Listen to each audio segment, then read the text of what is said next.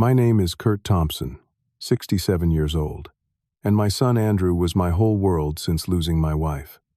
We shared everything, including the lakeside property I helped him buy. When a drunk driver took him from me last month, I never expected what came next. At his funeral reception, as guests were leaving, my daughter-in-law Jessica leaned close and whispered words that froze my blood. "You have a week to get out. I am selling the house." Little did she know about the property deed that would change everything. Before I continue this painful story, let me know where you are watching from in the comments. If you have ever been betrayed by someone you trusted, hit that subscribe button. Trust me, you will want to see how this ends. I spent 40 years as a construction contractor here in Lake Tahoe, building dream homes for other people while saving carefully for my own retirement.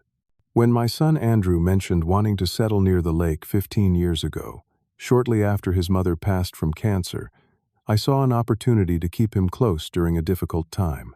We had always been tight, but losing Sarah brought us even closer. I taught him everything I knew about construction, and he developed an eye for quality craftsmanship that made me proud. Lake Tahoe was booming back then, and property values were climbing fast. I spotted a foreclosure on a gorgeous 3-acre lot with 200 feet of lake frontage. The main house needed serious work, but there was a small guest cottage that was livable. I pulled some strings with former clients, called in favors from subcontractors I had worked with for decades, and we were able to secure the property at 30% below market value. Andrew was just 23 then, working his way up at a non-profit organization that provided housing assistance for veterans. The kid had heart, just like his mother. We struck a deal where I would contribute 70% of the down payment and co-sign the mortgage, while he would make the monthly payments. The arrangement made sense to both of us. I got to help my son establish himself, and he got a property he could never have qualified for on his nonprofit salary. Over the next decade, Andrew poured himself into renovating the main house room by room. I would stop by on weekends to help, teaching him the finer points of carpentry, plumbing, and electrical work. By the time he turned 35, the place was transformed into a showpiece with 4 bedrooms, a gourmet kitchen, and a great room with 20-foot ceilings and windows that captured the stunning lake views. The property value had quadrupled. Then Jessica entered the picture. Andrew met her at a charity fundraiser his organization was hosting. He called me that very night, sounding more excited than I had heard him in years. "Dad, I just met the most amazing woman," he gushed. I was happy for him. Since losing his mother, Andrew had dated occasionally but never seemed to find someone who truly captured his heart. Jessica Harris was 31, striking with her perfectly highlighted blonde hair and designer clothes that seemed a bit overdressed for a charity event. She worked in luxury real estate sales, which explained her polished appearance and confident manner. When Andrew brought her to Sunday dinner at the lake house the following weekend, I tried to be welcoming despite some reservations. Something about Jessica struck me as calculated. The way her eyes scanned the renovated home, lingering on the custom cabinetry and high-end appliances. The questions she asked about property values and lake access rights. The dismissive way she responded when I mentioned Andrew's dedication to his nonprofit work. "That is so sweet," she said, patting his hand. "But with your renovation skills, you could be making 3 times that salary flipping houses. We should talk about that." I kept my concerns to myself. Andrew was 36, successful in his own right, and entitled to make his own choices. And for a while, he seemed genuinely happy. Jessica was attentive, enthusiastic about his interests, and seemed to bring a new energy to his life. Their courtship was brief. Within 6 months, they were engaged, and 3 months after that, married in an elaborate ceremony that cost more than Andrew had initially wanted to spend. Jessica had champagne taste, and Andrew was willing to indulge her. After the wedding, Jessica suggested converting the guest cottage, where I occasionally stayed, into a permanent residence for me. "You put so much into this property, Kurt," she said. "And now that you are retiring, you should not have to worry about housing." It seemed like a generous offer, and practical too. I was 64 by then, recently retired, and living in a small apartment across town. Andrew enthusiastically supported the idea. We spent 6 months renovating the cottage, expanding it to include a proper bedroom, bathroom, and a small office where I could manage my retirement accounts and pursue my newfound interest in woodworking. The first year seemed idyllic. I had my independence but was close enough to join them for dinner several times a week. I taught Jessica my special recipes, shared stories about Andrew as a boy, and tried to be the father-in-law she never had, as she had mentioned her own father abandoned the family when she was young. But subtle changes began to appear. Andrew worked longer hours, taking on consulting projects in addition to his regular job. When I asked about it, he mentioned expenses and Jessica's desire to redecorate parts of the house that he had already renovated to his satisfaction. Friends who had been regulars at our lakeside barbecues gradually stopped coming around. Jessica found fault with many of them. Brad drinks too much. Susan talks about herself constantly. The Johnsons just use us for our lake access. One by one, Andrew's old circle disappeared. The last time I saw my son alive was exactly 1 week before the accident. He stopped by my cottage on his way home from work, something he had not done in several weeks. He looked tired, with dark circles under his eyes. "Everything okay, son?" I asked. "Just work stress," he replied, though his expression suggested more. "Jessica wants to remodel the kitchen again. Apparently the quartz countertops we installed 2 years ago are out of style now. That seems unnecessary," I ventured cautiously. Andrew sighed. "Yeah, but it keeps her happy." After a pause, he added, "Hey, Dad, remember that survivorship clause we added to the property deed when we bought this place? Is that still active?" The question struck me as odd. "As far as I know. Why do you ask?" "No reason," he said quickly. "Just reviewing some financial stuff. Listen, I was thinking maybe we could go fishing this weekend. Just the two of us, like old times." "I would love that," I said, feeling a spark of hope that we might reconnect. But that fishing trip never happened. 3 days later, Andrew worked late, then drove home in a rainstorm. A drunk driver crossed the center line on the winding lake road. My son was killed instantly. The call came at 2:15 in the morning. I fumbled for my phone, still half asleep, and heard a female voice I did not recognize. "Mr. Thompson? This is Nurse Garcia from Barton Memorial Hospital. There has been an accident involving your son, Andrew Thompson." Her careful, professional tone told me everything before she said the words. I was already pulling on clothes, fumbling with my car keys, when she confirmed what my heart already knew. "I am very sorry, sir." He was pronounced dead at the scene. The 15-minute drive to the hospital is a blur in my memory. I remember rain lashing against the windshield, my wipers struggling to keep up. I remember running red lights through empty intersections. I remember praying to a God I had not spoken to since Sarah died, begging for some mistake, some mix-up of identity. At the hospital, I found Jessica already there, sitting primly in the waiting room, her makeup perfect despite the hour. Later, I would wonder how she had managed that, being awakened with such news in the middle of the night. She was not crying. Her eyes were clear, her hands steady as she texted on her phone. "Jessica," I said, my voice breaking. She looked up, nodded once, and returned to her phone. "They need someone to identify the body," she said flatly. "I told them you would do it." I staggered back as if slapped. In that moment, I attributed her coldness to shock. Everyone processes grief differently. I had shut down completely when Sarah died, unable to cry for weeks. Perhaps this was Jessica's way. The identification was brief and brutal. Andrew looked peaceful, almost as if sleeping, except for a small cut on his forehead and the unnatural stillness of his chest.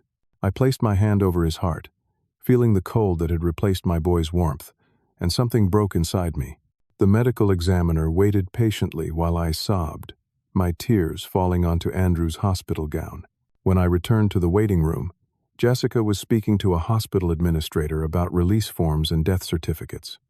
"We will need at least 10 copies," she was saying, "for the insurance policies and property transfers." "Insurance policies?" I asked, wiping my eyes. Andrew had a substantial life insurance policy through work, she explained, not meeting my gaze. Plus our personal policy. There will be a lot of paperwork. I was stunned by her focus on financial matters not even an hour after learning of her husband's death. But I told myself it was her way of maintaining control in an uncontrollable situation. What about funeral arrangements? I asked. I will handle everything, she said quickly. I know what Andrew would have wanted.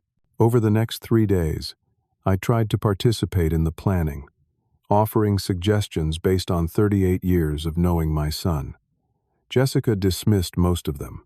The simple, lakeside service I suggested was rejected in favor of an elaborate funeral at the most expensive mortuary in town.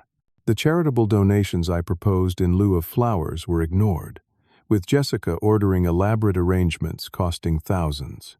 Throughout the planning meetings, Jessica kept her phone close, stepping away frequently to take calls or respond to texts. Once, I glimpsed the name Troy on her screen before she quickly turned it away. On the second day, Jessica's parents arrived from Arizona. I had met them only once, at the wedding, and found them as materialistic as their daughter. Her mother, Diane, was a former beauty queen who had married 3 times, each husband wealthier than the last. Her stepfather, Robert, was a real estate developer known for building cheaply and selling high. They treated me with thinly veiled contempt, speaking around me rather than to me. At one point, I overheard Diane in the mortuary hallway, speaking to Jessica in hushed tones.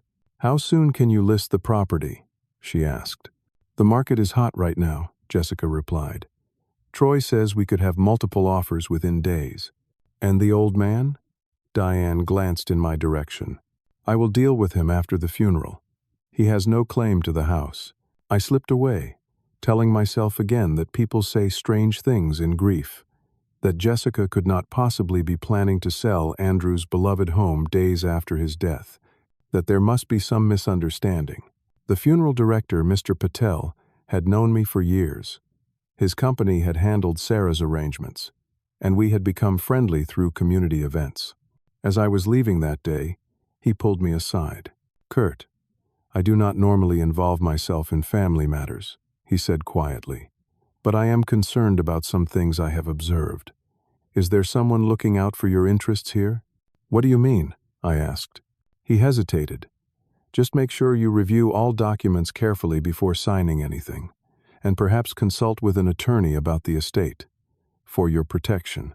His warning left me uneasy. But with the funeral only a day away, I pushed my concerns aside to focus on honoring my son. The day of Andrew's funeral dawned clear and beautiful, the kind of early autumn morning that had always been his favorite. The lake was perfectly still, reflecting the surrounding mountains like a mirror. Nature seemed to be honoring my boy in its own way. The service was scheduled for 11 o'clock at Lakeside Memorial Gardens, a manicured property with unobstructed views of the water. Jessica had selected their most expensive package, including a mahogany casket with silver handles that must have cost more than $15,000. I wondered briefly where all this money was coming from, as Andrew had always been careful with finances. People began arriving an hour early. Andrew's colleagues from the Veterans Housing Organization came in a group, many of them former military themselves, standing tall and solemn in their dark suits. His childhood friends, some of whom had driven from as far as Oregon and Southern California, gathered near the entrance, exchanging quiet hugs and tearful smiles as they shared memories. Jessica arrived exactly 10 minutes before the service, walking between her mother and an unfamiliar man in an expensive suit. She wore designer black, with large sunglasses covering half her face, and a hat with a small veil. The outfit looked more appropriate for a Hollywood funeral than our small mountain community. The unfamiliar man stayed close to her side, occasionally placing his hand on the small of her back in a gesture that seemed oddly intimate for the occasion. When they passed where I stood greeting mourners, Jessica introduced him briefly. "Kurt, this is Troy Blackwell, my financial advisor. He is helping me navigate the estate issues." Troy offered a firm handshake and practiced condolences, "So sorry for your loss, sir. Jessica speaks highly of you." Something about his tone rang false, but before I could respond, they moved on to their reserved seats in the front row. When it came time for the eulogy, I approached the podium with shaking hands. I had written and rewritten my remarks a dozen times, trying to capture the essence of my son in mere words. Looking out at the gathered crowd, at least 200 strong, I took strength from their presence. "Andrew lived his life by a simple principle," I began. "He believed that true wealth comes from what you give, not what you have. As a boy, he would give away his allowance to classmates who could not afford lunch. As a teenager, he organized coat drives for the homeless. And as a man, he dedicated his career to ensuring veterans had safe, affordable housing. He never sought recognition or praise. He simply saw needs and filled them." I spoke for 20 minutes, sharing stories of Andrew's kindness, his quiet humor, his passion for our mountain community.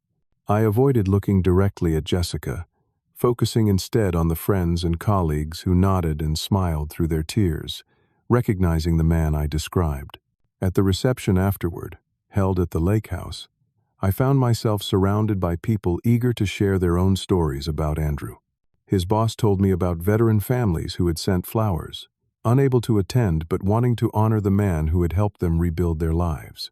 His college roommate described how Andrew had paid his tuition for a semester when his financial aid fell through. Jessica made a brief appearance, accepting condolences with practiced grace, before disappearing into the master bedroom with Troy close behind. Throughout the afternoon, she emerged only occasionally, never staying long among the mourners. As the day wore on, guests gradually departed, until only a handful remained. By 6 o'clock, the house was empty, except for Jessica, Troy, and me. I began cleaning up, gathering plates and glasses, trying to keep my hands busy to prevent the grief from overwhelming me. Jessica emerged from the bedroom, Troy following with his suit jacket draped over his arm.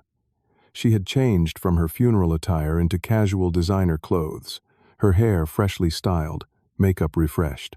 She looked like someone preparing for an evening out, not a widow of mere hours.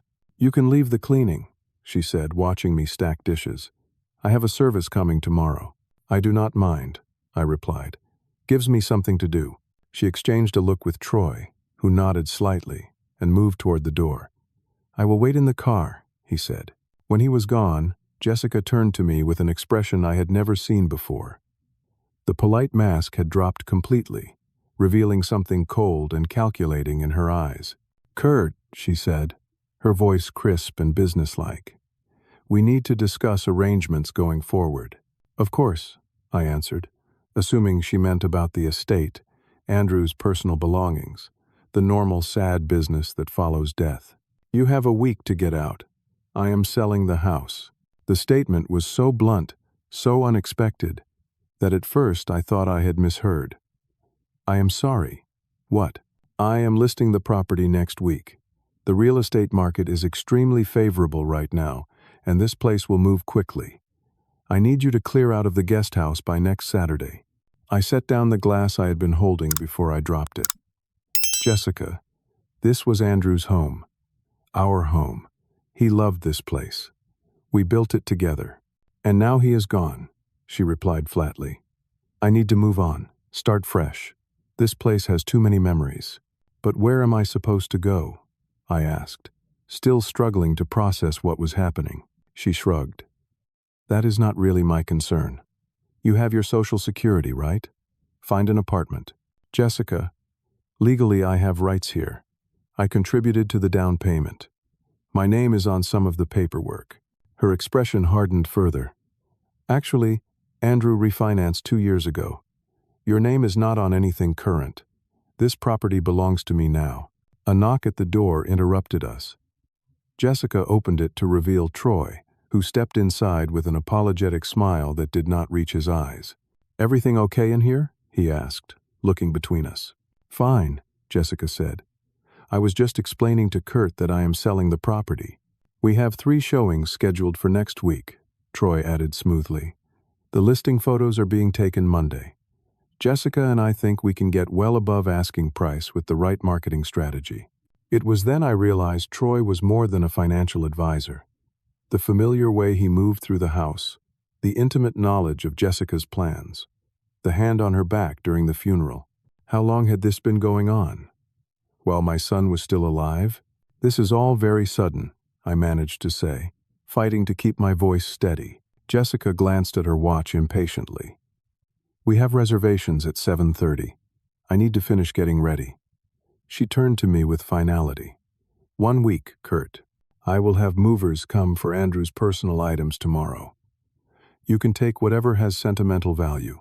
I watched in stunned silence as she walked away, Troy following after casting an uncomfortable glance in my direction. When the front door closed behind them, I sank into a kitchen chair, overcome with a wave of grief and betrayal so profound it left me gasping. In the span of 4 days, I had lost my only child and was now losing the home where we had created so many memories. I gathered my keys and walked numbly back to the guest house, feeling like a stranger on the property I had helped create. That night, sleep was impossible. I sat in my small living room until dawn, surrounded by framed photos of Andrew through the years. One in particular kept drawing my eye, a snapshot from the day we closed on the property. Andrew, just 23, grinning widely with the lake sparkling behind him, holding up the house keys like a trophy. I was beside him, my arm around his shoulders, equally jubilant, the beginning of our shared dream. As the first light of morning filtered through my windows, I reluctantly began the painful process of sorting through my belongings. I had accumulated surprisingly little in my 3 years living in the guest house. Clothes, books, some woodworking tools, and boxes of family photographs and memorabilia. While organizing paperwork, I came across a folder containing the original documents from the property purchase. I had always been meticulous about keeping records, a habit from my contracting days. I flipped through permits, receipts for materials, the initial mortgage agreement with both our names. Jessica claimed Andrew had refinanced, removing my interest. Was that legal? Could he have done that without my knowledge? The question spurred me to look more closely at what was happening. If I was going to be forced out, I at least deserved to understand how and why. In the back of my closet, I found a box of Andrew's childhood possessions I had brought when moving to the guest house. Among baseball trophies and high school yearbooks was his old laptop. I had forgotten he had given it to me years ago when he upgraded to a newer model. "Keep it, Dad," he had said. "You can use it to research woodworking projects." On a whim, I powered it up. To my surprise, it still worked, the battery holding enough charge to boot. Andrew's email was still logged in, though most of the messages were years old. Out of respect for his privacy, I had never looked through his accounts, but now circumstances felt different. My son was gone, and his widow was acting in ways that felt deeply wrong. I scrolled through to recent messages, not expecting to find much on this old device. But apparently Andrew had continued using this laptop occasionally, perhaps when working from the guest house during visits. There were emails from just 2 months ago. What I found shook me to my core. A series of exchanges between Andrew and the family attorney, Harold Kleinman, discussed Jessica's spending habits and hidden debt. Andrew had discovered credit card statements showing tens of thousands in charges for clothing, jewelry, and spa treatments. There were references to unauthorized withdrawals from their joint savings account. In one particularly revealing email, Andrew wrote, "Harold, I need your advice. I've discovered Jessica has been making large cash withdrawals and lying about where the money is going. When confronted, she claimed they were donations to her cousin's medical fund, but I've confirmed with her family that no such medical issues exist. Combined with the credit card debt she's been hiding, I'm looking at almost $75,000 unaccounted for in the past year. I'm considering divorce, but I'm concerned about the house. My father lives in the guest house, and I need to ensure he's protected regardless of what happens." Harold's response advised Andrew to gather evidence and suggested they meet to discuss amending the property deed to strengthen protections for both Andrew and me. A draft document attached to one of the emails outlined a formal amendment to the property ownership structure, creating clearer survivorship rights. Andrew had been planning to update the deed, but based on the dates, he died before completing the process. Further searching revealed something even more significant. Andrew had taken out a new life insurance policy 6 months earlier, with me as the sole beneficiary. The policy information indicated a value of $500,000. Jessica had mentioned insurance at the hospital, but not this specific policy. As I continued exploring, other disturbing patterns emerged. Emails from a storage facility confirmed a unit rental in Andrew's name, with payments scheduled automatically from his personal account, not their joint account.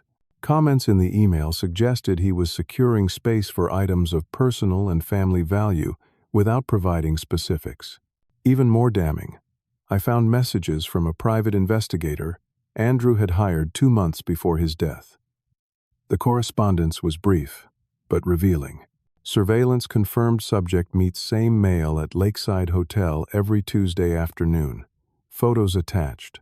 Will continue monitoring as requested. The attached photos were gone, likely deleted, but the implication was clear. Andrew had suspected Jessica of infidelity and had proof. The timing of the weekly meetings aligned with Andrew's regular board meetings for his nonprofit work. And the name of the financial advisor, who had been at Jessica's side since the accident, suddenly clicked into place. Troy, the man she had been meeting secretly while married to my son. My hands shook as I processed these revelations. Not only had Jessica been cheating on Andrew, but she had been stealing from him, lying to him, and planning. What exactly? The coincidence of Andrew's death so soon after these discoveries felt suddenly, terribly suspicious. I reached out to Andrew's closest friend, Michael, who had been at the funeral but whom I had barely had time to speak with. We arranged to meet for coffee that afternoon. Michael confirmed what the emails had suggested. Andrew was planning to divorce her, he told me, voice low despite the nearly empty cafe. He found out she had a gambling problem. That guy, Troy, was supposedly helping her invest money, but really they were involved. Andrew hired a PI and got pictures of them together. Why didn't he tell me?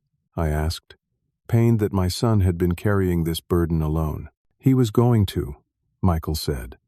He didn't want to worry you until he had everything in order legally. He was especially concerned about protecting your right to stay in the guest house. Michael hesitated, then added, "There's something else, Kurt.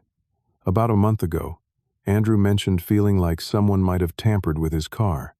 The brakes felt soft suddenly. He had it checked, and the mechanic found evidence of fluid leakage from a line that looked like it might have been intentionally damaged." My blood ran cold. "Are you suggesting?" "I don't know," Michael said quickly. "It could have been coincidence or a misunderstanding, but with everything else, I just thought you should know." I thanked Michael and returned to the guest house with my mind reeling. Could Jessica have been involved in Andrew's death? The thought was almost too horrible to consider. But the pattern of deception was undeniable. That evening, as I continued sorting through documents, I found what I had been searching for: the original property deed. Reading it carefully, I discovered a crucial clause I had forgotten. When we purchased the property, Andrew had insisted on adding specific language regarding our co-ownership and rights of survivorship. The document clearly stated that if either owner died, their interest would transfer to the surviving owner, not to heirs or spouses. Jessica might believe she had full ownership through marriage, but this original deed told a very different story. If this document still held legal weight, the house was now mine, not hers. First thing Monday morning, I called Frank Doherty, an old friend who practiced real estate law. We had worked together on numerous construction projects over the years, and I trusted his expertise completely. He agreed to see me immediately. "Bring everything you have," he instructed. "Deeds, mortgage documents, emails, insurance papers, everything." I arrived at his downtown office with 2 boxes of paperwork. Frank cleared his schedule for the morning, and we spread the documents across his conference table. "Start at the beginning," he said, adjusting his reading glasses. When exactly did you and Andrew purchase the property? I walked him through the entire history, from the initial purchase 15 years earlier to my recent discovery of Andrew's emails and the suspected affair. Frank listened carefully, taking detailed notes and occasionally asking for clarification. When I finished, he picked up the original property deed and studied it closely. "This is very interesting," he said finally. "The way this deed is structured is unusual but quite clear. You and Andrew set up a specific type of co-ownership with explicit survivorship rights. It states here that in the event of either owner's death, the deceased's interest transfers automatically to the surviving co-owner, bypassing probate and superseding any conflicting claims." "What does that mean exactly?" I asked. "It means that when Andrew died, his 75% ownership of the property legally transferred to you, not to Jessica, regardless of their marital status. Your contribution to the down payment created an equity interest that was formalized in this deed." Hope flared in my chest. "So the house is mine?" "Based on this document, yes," Frank confirmed. "But we need to verify that no subsequent documents nullified this arrangement. Jessica mentioned a refinancing that removed your interest. Let's find out if that actually happened, and if it was done legally." Frank made several phone calls, speaking with the county recorder's office and the title company that had handled the original purchase. After nearly an hour of inquiries, he turned to me with a smile. "There was indeed a refinancing 2 years ago to take advantage of lower interest rates. But Andrew did not remove you from the deed as Jessica claimed. In fact, the new mortgage explicitly references the original ownership structure and survivorship rights. My guess is that Jessica either never understood the arrangement or Andrew deliberately kept those details from her." Frank continued digging, requesting copies of all transactions related to the property over the past 3 years. While waiting for those records, he researched Jessica's recent financial activities based on the information from Andrew's emails. "Your daughter-in-law has been busy," he reported grimly. "In the past 6 months, she opened 3 new credit cards in her name only, maxing them out almost immediately. She also took out a home equity line of credit against the property, without Andrew being present at the signing. That last one is particularly problematic from a legal standpoint. How could she do that without him?" "Good question. The documentation shows Andrew's signature, but based on the timing, he was at a conference in Denver that day. Someone may have committed fraud here." As we continued investigating, more troubling details emerged. Jessica had listed the house with a real estate agent 2 weeks before Andrew's death, with a note to begin marketing immediately after life event resolved. She had taken out a personal loan using Andrew's classic car collection as collateral, again with questionable signatures. "Kurt," Frank said seriously, "I think you need to consider reporting some of this to the authorities. There are multiple instances of potential fraud here, and combined with what Andrew's friend told you about the car tampering." I hesitated. The thought of accusing Jessica of contributing to Andrew's death was overwhelming. What if I was wrong? What if these were just coincidences paired with garden-variety financial dishonesty? "Let's focus on the property first," I decided. "I need to secure my home before pursuing anything else." Frank nodded. "A reasonable approach. Here's what I recommend. I'll prepare formal documentation confirming your ownership based on the survivorship clause.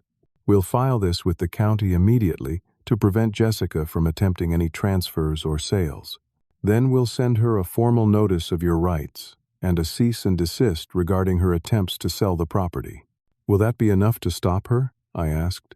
"It establishes our legal position and puts her and any potential buyers on notice.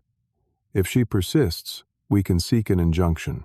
But my guess is that once she understands her position is untenable, she'll back down." As I prepared to leave, Frank put his hand on my shoulder. "Kurt, I have to ask about your long-term plans. Do you want to keep the house? It's a large property for one person, and there will be significant maintenance costs." The question caught me off guard.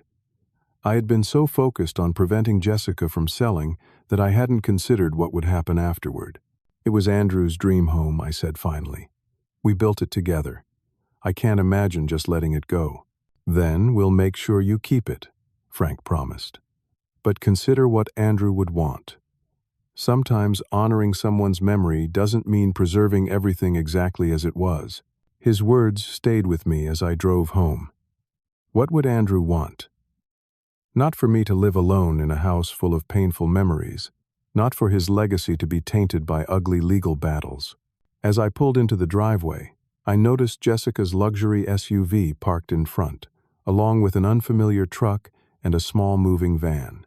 It seemed she was already packing up, perhaps even removing items that rightfully belonged to Andrew's estate. Frank had advised me to avoid confrontation until our legal position was secured, but seeing those vehicles filled me with resolve. It was time to stand up for myself and for Andrew's true wishes. When I entered the main house, I found chaos. Moving boxes were scattered throughout the living room, and two burly men were wrapping Andrew's grandfather's antique desk in moving blankets. Jessica stood in the center of the great room, directing the activity while Troy examined various items, occasionally checking something on his tablet. "That goes in storage," Jessica was saying, pointing to Andrew's collection of first-edition Hemingway novels. "And be careful with those. They are worth something." Neither of them noticed me until I cleared my throat. Jessica turned, momentarily startled before composing her features into a cold smile. "Kurt, I was going to call you. I have set aside some of Andrew's personal items you might want. Old photographs, his high school yearbooks, that sort of thing." I looked around at the dismantling of my son's life, noting what was already missing. The vintage fishing rods we had collected together, the handcrafted chess set I had made for his 30th birthday, the oil painting of Lake Tahoe at sunset that had been Sarah's favorite. "Where are Andrew's fishing rods?" I asked quietly. Jessica waved dismissively. "Already packed. Troy has a buyer interested in the collection." "Those were not for sale," I said, struggling to keep my voice even. "They belonged to Andrew and me. Some were his grandfather's." "Well, everything needs to be liquidated for the estate," Jessica replied. "Unless you want to make an offer?" The casual cruelty of making me buy back family heirlooms stung deeply. But I reminded myself of Frank's advice to avoid direct confrontation until our legal position was secured. I needed to buy time. "Actually, I was hoping we could talk," I said, forcing a conciliatory tone. "Maybe have dinner together tonight, for closure, before everything changes." Jessica exchanged a glance with Troy, who shrugged slightly. "I suppose we could do that," she said reluctantly, "though we have a lot to do here." "I will cook," I offered. "Andrew's favorite lasagna recipe. One last meal in this house, with family." The appeal to family seemed to work, though Jessica's expression suggested she considered me anything but that. "Fine, 7 o'clock, but I have calls until 6:30. "Perfect," I said. "I will get groceries and start cooking around 6. Troy, will you be joining us?" He looked surprised at the invitation, but nodded. "Sure, if that's okay with Jess." "Whatever," she replied, already turning back to the movers. "Now, if you'll excuse us, we have a lot to get done today." I left quietly, driving to the local market to purchase ingredients. As I shopped, I called Frank to update him on the situation. "The documents are being filed as we speak," he assured me. "I'll have the formal notice prepared by 5 o'clock. Are you sure you want to do this dinner confrontation? It might be easier to let the legal notices do the talking." "I need to do this face to face," I explained. "For Andrew, for myself. I need to look her in the eye when she learns the truth." Frank sighed. "I understand. Just be careful. Don't make accusations we can't prove, and stick to the property issue. We can address the other concerns separately if needed." At precisely 6 o'clock, I returned to the main house with grocery bags and began preparing dinner in the kitchen that Andrew and I had renovated together years ago. I worked methodically, finding comfort in the familiar routine of chopping vegetables and layering pasta. This was the meal I had made every year on Andrew's birthday, a tradition that connected us to Sarah, who had taught me the recipe early in our marriage. By 7, the lasagna was bubbling in the oven, garlic bread was warming, and a simple salad waited on the table. I had set 3 places with the good dishes, opened a bottle of expensive Cabernet to breathe, and lit candles in the center of the dining table.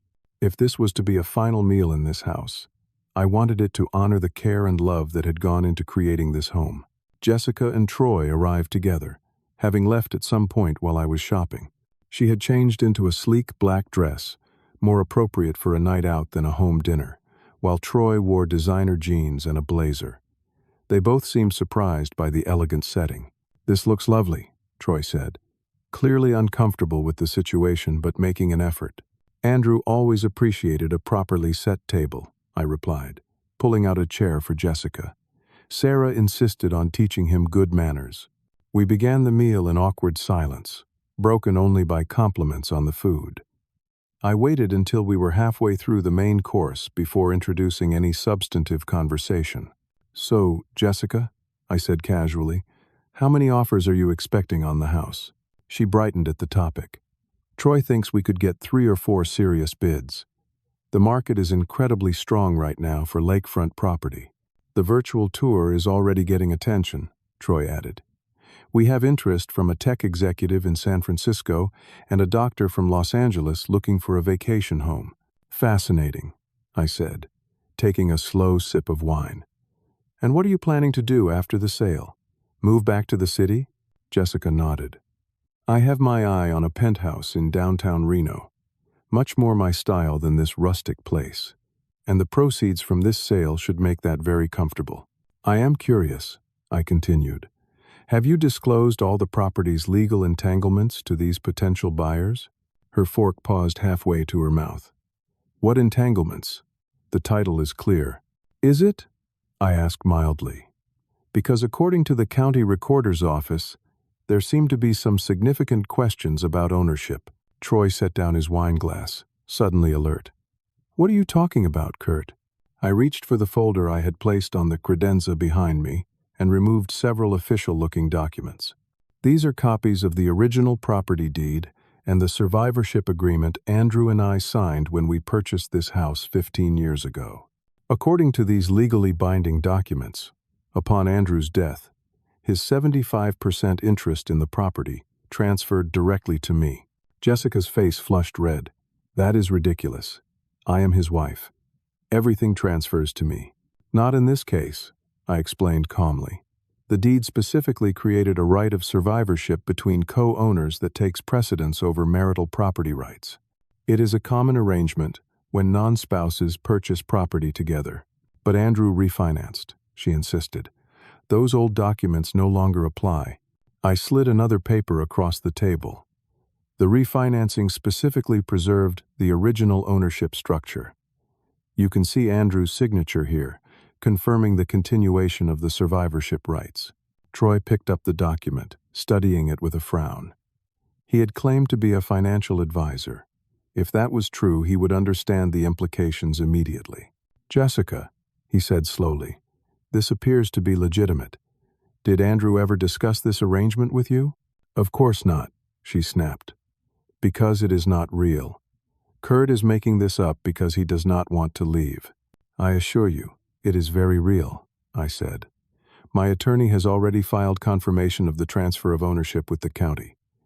As of this afternoon, I legally own 100% of this property. Your attempts to sell it are not only premature, but fraudulent." Jessica's expression transformed from annoyance to fury. She stood abruptly, her chair scraping loudly against the hardwood floor. "You cannot do this to me. I deserve this house. I put up with Andrew for 3 years." Her words hung in the air, damning in their callousness. Troy looked shocked, clearly not expecting such a revealing outburst. "Put up with him?" I repeated quietly. "My son loved you. He gave you everything." "He was boring," she spat. "Always going on about his precious veterans and his community projects. Do you know how tedious it is listening to someone talk about helping the homeless when you could be traveling or renovating or actually enjoying life?" Troy stood as well, putting distance between himself and Jessica. "Jess, maybe we should discuss this privately." "Why?" she demanded. "Kurt thinks he is so clever with his legal documents." "Well, I have news for both of you. Andrew changed his will 6 months ago. He left everything to me. Everything. This is just a setback. Actually, I said, removing another document from my folder, Andrew took out a new life insurance policy with me, as the sole beneficiary, $500,000. He never mentioned it to you, because he was investigating your unauthorized spending and suspected infidelity. The color drained from Jessica's face. You are lying. The policy has already been verified, I continued. As for the will, it may indeed leave his personal property to you, but the house was never his to leave, due to our ownership arrangement. And there's also the matter of the fraudulent home equity line of credit you took out using forged signatures. Troy looked increasingly uncomfortable. Jessica, what is he talking about? He is making things up, she insisted, though less convincingly. Troy, let's go. We will have our lawyer contact him. Before you leave, I said, I want to propose a fair resolution. Despite everything, I believe in doing what's right. Jessica, you can take your personal belongings, your clothes, jewelry, and items you personally purchased. For Andrew's possessions and family heirlooms, we can create an inventory and divide them equitably. As for the house, when I eventually sell it, I am willing to give you 25% of the proceeds, reflecting what would have been Andrew's marital asset. It was a generous offer, considering the circumstances, and Troy clearly recognized that fact. That seems more than fair, Jessica, he said quietly. Fair? She nearly shrieked. I deserve all of it. Do you know what I went through with his constant charity work, his pathetic friends, his clingy father always hanging around? She grabbed the folder of documents and threw it across the room, pages fluttering to the floor. I will fight this. I know people, important people. Jessica, Troy said, his voice suddenly cold. Stop talking. Now. She turned to him, surprised by his tone. What? I said, stop. You're making things worse. He turned to me. Kurt, I apologize for this scene. I was unaware of many of these circumstances. Were you aware you were having an affair with a married woman? I asked directly. Troy had the decency to look ashamed.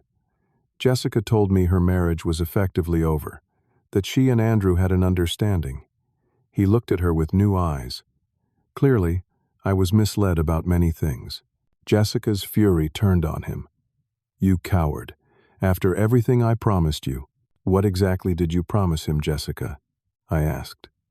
A share of the proceeds from selling my son's beloved home? Access to insurance money you thought you'd control? This is absurd, she hissed. I am leaving. Troy, are you coming? He hesitated, looking between us. I think I need some time to process all this. Maybe you should go alone. Her face contorted with rage. She grabbed her purse and stormed toward the door, pausing only to turn back with one final threat. This isn't over, old man. Not even close. The door slammed behind her, leaving Troy and me in uncomfortable silence. He ran a hand through his hair, looking genuinely distressed. Mr. Thompson, he said finally, I want you to know I never wished any harm to your son.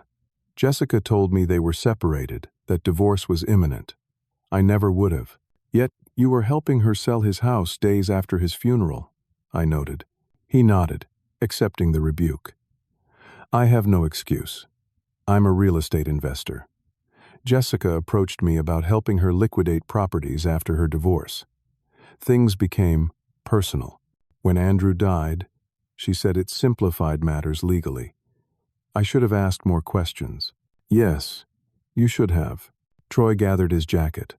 For what it's worth, I'm sorry, truly, and I won't be seeing Jessica again after tonight. He hesitated at the door. There's something else you should know.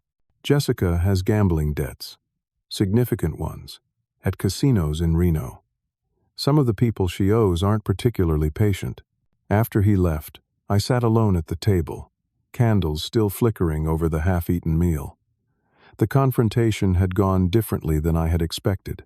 I had anticipated more legal arguments, perhaps threats of lawsuits. Instead, Jessica had revealed her true character so completely that even her lover had been repulsed. I began cleaning up, wrapping leftovers and loading the dishwasher. The familiar domestic tasks grounded me as I processed the evening's events. In the living room, I retrieved the scattered documents, carefully returning them to the folder.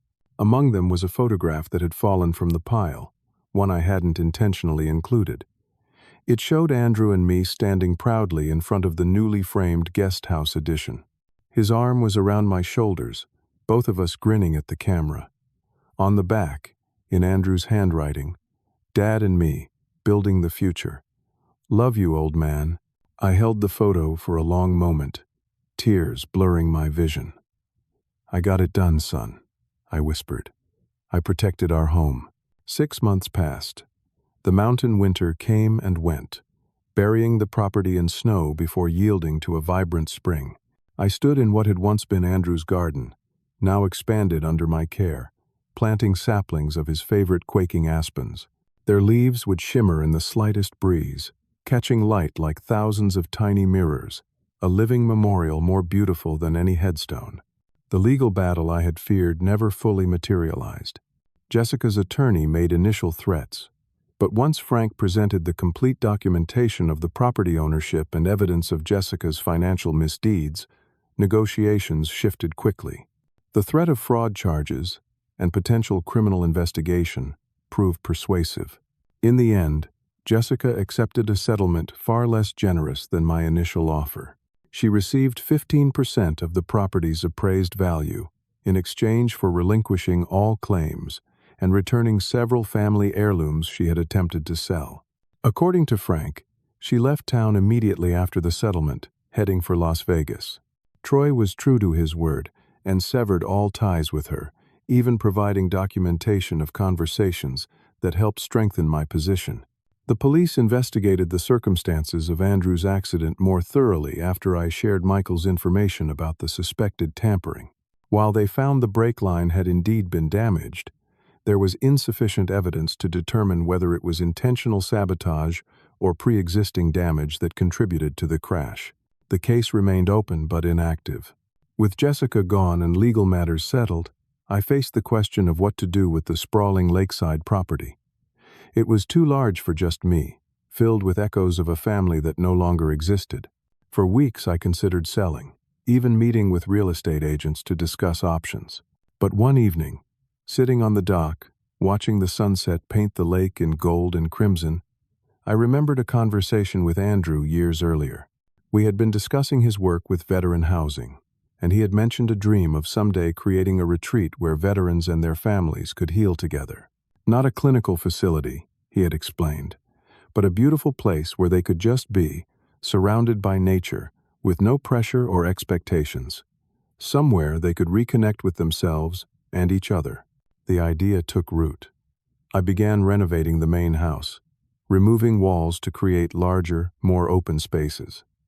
The master bedroom suite became 2 separate rooms with accessible features.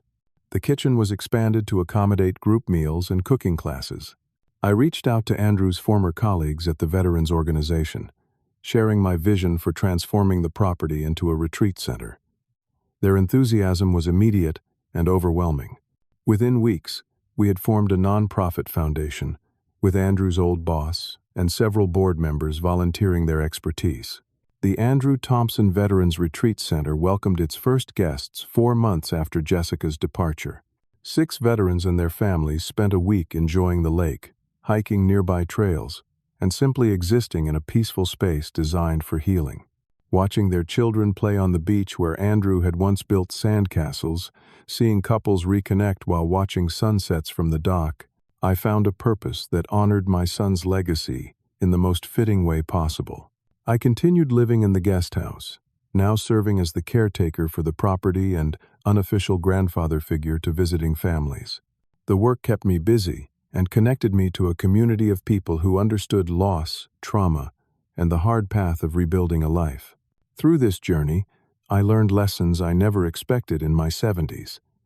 I learned that standing up for yourself doesn't mean becoming bitter or vengeful.